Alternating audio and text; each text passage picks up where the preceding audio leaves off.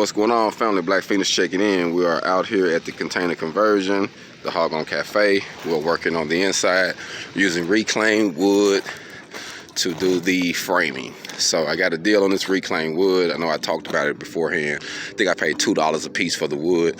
And like I said, a lot of it was good, like real good. Some of it was rotten. Some pieces I didn't use, which is back in that corner that was just too messed up. But on a majority scale, we got some good pieces. We had to slice some together, but it's fine because you already got a structural sound wall from the steel. So you pretty much putting this in good to put your panels and everything up so when you're doing your finishing. So like I say, we're knocking it out.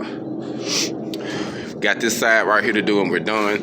This wall right here actually isn't going to be a frame because we're actually going to open it up. These two will be able to open, but this will be framed at the top. So this end back here, actually from here is going to be the booth. So it's going to be a welding session booth back here. So we'll have a complete wall here. So he's working on the wall now and it'll have a 3-foot opening here. And then we'll be doing the welding sessions back up in here. So we still got a few things that we're doing. Just want to give y'all a update of how we got getting everything lined out. Like I say, using what you got, man. Use what you got to make it happen. Don't get caught up in trying to worry about what other people think and how other people doing it. Do it the way you're doing it and how you want to get it done. And that's all that matters, you know what I mean?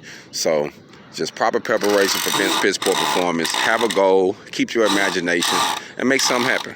Hold on.